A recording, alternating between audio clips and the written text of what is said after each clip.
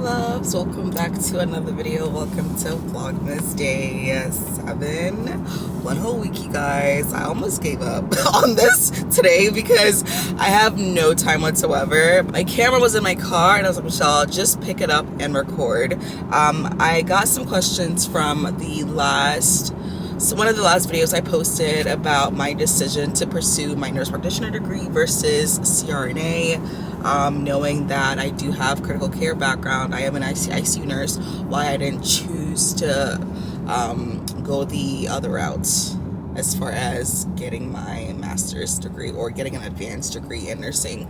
But before we jump to that, I just want to quickly just take you guys back into my journey in my career, because it's sometimes hard when you graduate from nursing school and you just don't know where to begin, you don't know where to start, you don't know what you want your career to look like, and it happens. Getting that nursing degree baseline is by itself great. You don't have to pursue a graduate degree, unlike other programs. PAs, they need to get their master's in as a physician assistant before they can actually start working and making money.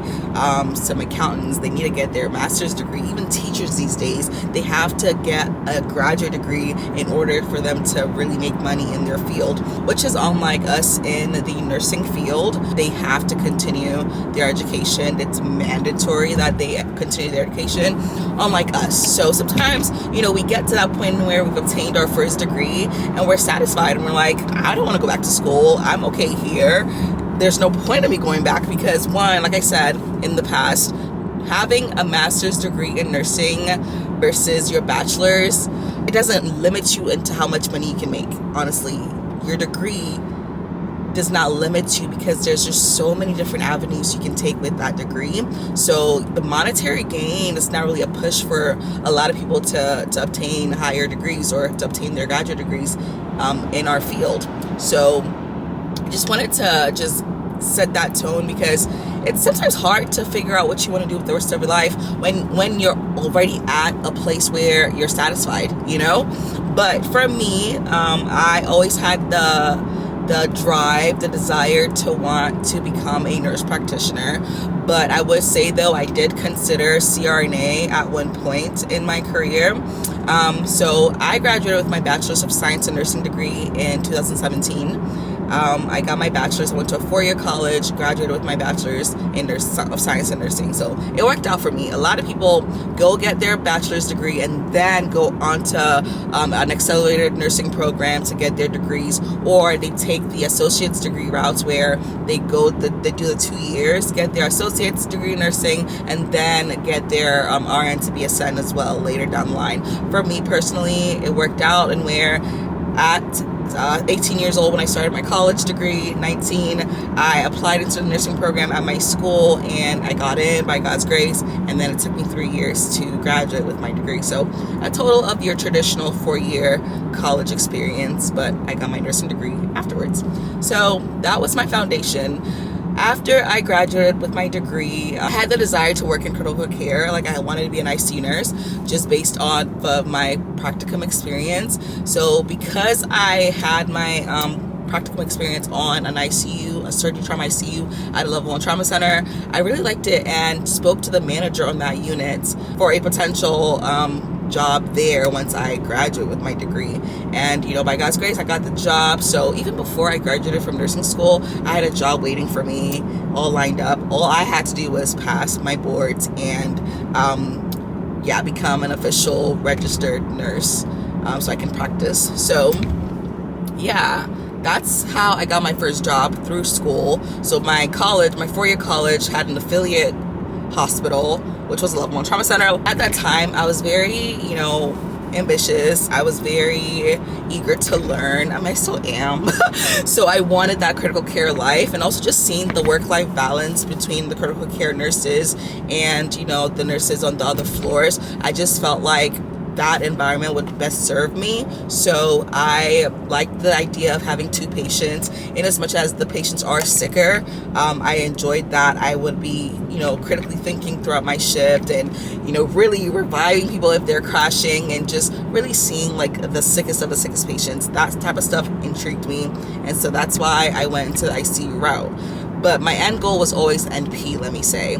So after 1 year on that critical care unit, on that ICU unit, I moved from that location to another location, and I stumbled upon PACU nursing, post anesthesia care nursing, by mistake. You guys, I did not know how cush these nurses lived their lives. Like, your PRN PACU nurse, she got it going for her. Like, what is hard work? I'm just kidding. But I kind of stumbled on PACU by accident. I wanted a side hustle. So I wanted like a little part-time job. So I applied to a PACU position I saw, and through the interview, a full-time position was actually open. So the manager offered that position to me rather than the part-time spot I had originally applied for. So that's how I stumbled upon the PACU, you guys. It wasn't like my goal to be a PACU nurse. That's how I got in there. And once I got there, this was after my first year, after working my butt off as an ICU nurse, as a critical care nurse, not having lunch, working so hard, like 12-hour shifts on my feet, just working really, really hard, trying to understand, bringing everything together, trying to really understand the care I was giving. I was a bit overwhelmed after my first year as a nurse. I was like, this is a lot. So actually going to the PACU was great for me in retrospect, because I felt like I was still utilizing my critical care skills, but on a much calmer level, on a much, routine, mundane level, and I just loved that. So yeah, I stumbled upon the PACU. In the PACU, guys, I was recovering all sorts of patients, post-orthopedic procedures, general surgery procedures, a lot of gyne procedures, actually a lot of women's health procedures like breast reconstruction, stuff like that. We did a lot of urological procedures as well, so cystoscopies, laser lithotripsies, I saw all types of surgeries. I recovered all types of surgeries, but the hospital I was at was not a level 1 trauma center. So a lot of the stuff was same day type of surgeries, nothing super critical. If the patients were critical, if you're an ICU nurse, you know that the patients get recovered on the ICU floor. They don't go to the PACU post-op unless there's no room on the ICU and they need a board for a little bit. That's when they recover in the PACU. So I didn't really get to see critical things in the PACU. Therefore, all the knowledge I had acquired my first year as an ICU nurse started dwindling. I felt like I didn't know how to titrate pressors anymore. I didn't know how to even set up an A-line anymore. I was losing my critical care skills after 6 months of being in the PACU. And I said to myself, Michelle, you're still a baby nurse. If you were 30 years deep in your career, you can come to PACU and retire. But you're still quite young. You have a lot of future ahead of you in your career, so do not lose these important skills. So at this time, I decided to find a part-time job on an ICU floor so that I can maintain and retain my skills. So my second year of nursing, I was working full-time in the PACU and working part-time in the ICU. So little old me in my career working 60 hours, almost 60 hours a week. So I did that for about 6 months, and I realized I was working extremely hard. I was working way, way too hard. So then I was like, Michelle, so on that ICU, at that part-time ICU job, I met a travel nurse who kind of opened my eyes to what travel nursing was, really. I had heard about travel nurses at the time. This was in 2019, guys. So I started traveling pre-COVID. So 2019, I met this ICU nurse, who kind of put me on game. So I decided, rather than working 60 hours a week, I could just work 36 hours and make the same amount of money. And I would be working as a contract nurse. My lifestyle would be a lot more flexible. What do I have to lose? At that time I was young. I'm still young, but I didn't have any ties really. So after 2 years of being a critical care nurse, I decided to go on my first travel assignment as an ICU nurse. And I actually ended up at Duke University for my first assignment. The pay, I honestly don't remember how much it was, but I know for sure it was less than $2,000 a week, because that was pre-COVID times, pre-COVID times.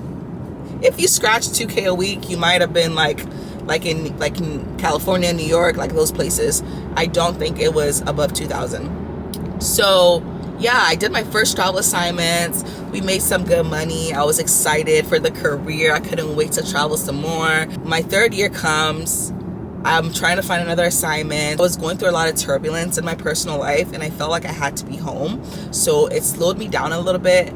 But once I became a travel nurse, you guys, I never quit my PACU job. I became a PRN nurse there, which is, you know, side note, a little nugget here. Always keep a PRN job on the side. Always keep a PRN job on the side. So when travel nursing kind of slowed down because my mental health was just going through it, I decided to just pick up shifts in the PACU as PRN. And with being PRN, you guys, you get a differential. So at that time, I was getting a differential for being a PRN nurse. So I was still making quite some money. I'm working the same hours, still picking up 36 hours a week, but as a PRN. And with that, I didn't need the health insurance. I didn't need the benefits that being a full-time staff provided. So it was just to stay in that PRN position. And this was like early COVID, y'all. And then my mental health, like I said, was going through it. COVID really reared its ugly head at the time. This was like March, April. So because I did have ICU background in my hospital, I went to the ICU instead of working in the PACU, because at that time they had like stopped elective surgeries, so I didn't really have work to do. So they floated us to the ICU to help the ICU nurses up there. So I was still like in the ICU world as a nurse, but I was still PRN. So I kind of chose when I wanted to work. And of course, my parents at this time are like so scared for my life. They're like, Michelle, COVID is dangerous. You know, why are you working? You don't have to work. Mind you, I'm living at home at this time. So like, I don't have bills really. I had paid off my car. I didn't have bills. So yeah, my mom was encouraging me to not really work because it was dangerous. But then I'm like on social media and I see like Crucial Staffing offering to pay nurses $10K a week to work, and I'm like, oh my gosh, I want to be here. I want to be in New York. I want to get to that bag. So me and my friend get together. So we were like, oh, let's pray about this before we go. We prayed about it, and it just was not the right timing for us to travel. So we ended up not applying for Crucial and did not go on those crazy assignments. So 2020, you guys, I still was a PRN nurse working in the ICU like occasionally. And at this time I had started my NP degree. So, you know, I was in school. I was pretty occupied. 2021 came. I was like, people are out here making so much money. Let me hop back into this travel nurse train. So I started travel nursing again. I found these great contracts that I was working. I literally stayed at one hospital for like almost 2 years because of the pay. Like, it was so great, and it was right next to home. I didn't really have to travel outside of my house to make that COVID money, by God's grace. So I was literally living like a very comfortable life. But yeah, so throughout that time I was still in school. I took a pause on my NP degree because I wanted to just work at that time, because I knew that opportunity might not come again. Like, I could always go back to school, but during COVID I was like, Michelle, these type of rates might never come back, so just go full on. So I kind of stopped school for a little bit, which is why it kind of took me a little longer to get my degree, because I took breaks, multiple breaks, which was great because I don't regret it at all. Like, I did what I had to do at the time. But yeah, but at that same time, you guys, I was contemplating if getting my NP or finishing my degree was worth it, because I was making such great money. Yeah, at that time I was like still contemplating, should I pursue this degree? Like, Michelle, nurses, with your bachelor's, you're making just as much as you would as a nurse practitioner. Why do you want to go back to school? Why do you want to attain this degree? But I literally had to think about my long-term goal, which brings me to answering this question, why I chose my NP versus CRNA, or going the CRNA route, because I'm qualified to have gone that route if I wanted. So I always wanted to become a nurse practitioner because of my long-term goal of like doing things in Ghana, like philanthropic things in Ghana. And I figured to better serve that community, I needed to know how to take care of everybody on the lifespan. And also having a background as a critical care nurse, seeing how the acute care NPs were being treated, I knew for a fact that I did not want to go the acute care route. Like, it was a big no-no for me. They were just working too hard, in my opinion. But you had to really have a passion for the stuff they were doing.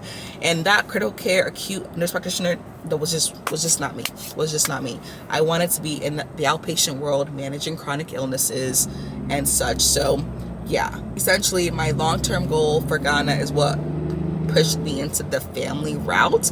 But once I was in the family route, you guys, just from my practicums, my clinicals, I just experienced how good it can get, and where the autonomy the nurse practitioners have.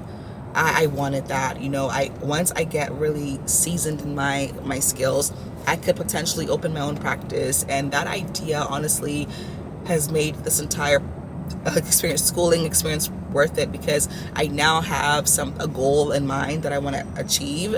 So I eventually want to open my own practice one day and see people, manage chronic diseases, manage everybody in the lifespan as a family nurse practitioner. So pediatrics to the geriatric population. I feel like having my NP degree was more versatile for me. Like, it was just a more versatile option for me. And that is why I chose that route as opposed to CRNA. And don't get me wrong, I did have exposure into potentially becoming a CRNA. As I told you guys, I worked in the PACU in the past. In the PACU, these are the three main people you work with: the surgeon, the anesthesiologist, and the CRNA. Y'all are like a buddy system, so you become familiar with people.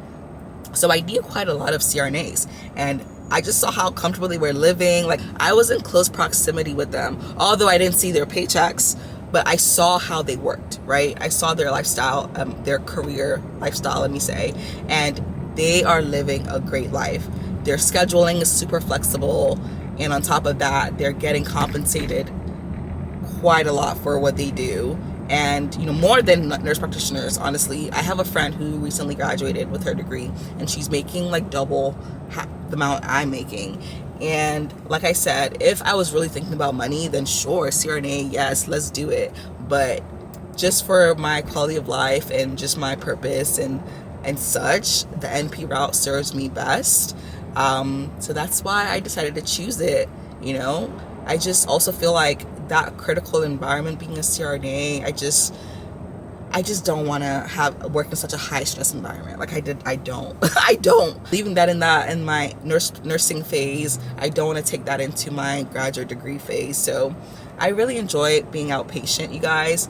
My days really consist of just managing people's chronic illnesses, trying to prevent further damage to their organs, trying to provide preventative measures so that they can live longer. Really, that's what primary care is all about: preventative measures and just chronic disease management. I get to talk to my patients, I get to really converse with them, we share ideas, I give advice, and it's just so amazing and surprising to me that they listen to little old me. Like, guys, I'm like half your age, but because of that degree that I got, they find interest in listening to me. So I've been genuinely enjoying this process, and I can't wait to learn even more and to really become the best nurse practitioner I can possibly be. So to answer the question why I chose NP versus CRNA, just because of my purpose and my quality of life, that route served me best. So I hope this helped anybody considering one or the other. I would say though, you guys, please shadow people, because I saw what CRNAs did. I also shadowed them as well. I was friends with them at one point. So I got to truly make a comprehensive decision when I chose to pursue my NP, because I knew that, okay, I saw this, I don't like it, I can now pursue other things. So I would definitely say shadow someone if you're considering both, and also think about your quality of life and your purpose in life. Like, which one aligns more to your goals, to your future goals, and use that to determine like what you want to do. We definitely need more CRNAs, we definitely need more nurse practitioners. So I hope this helps you guys. Yeah, but Vlogmas day 7, we did it. I'll see you guys tomorrow. Bye. Mwah.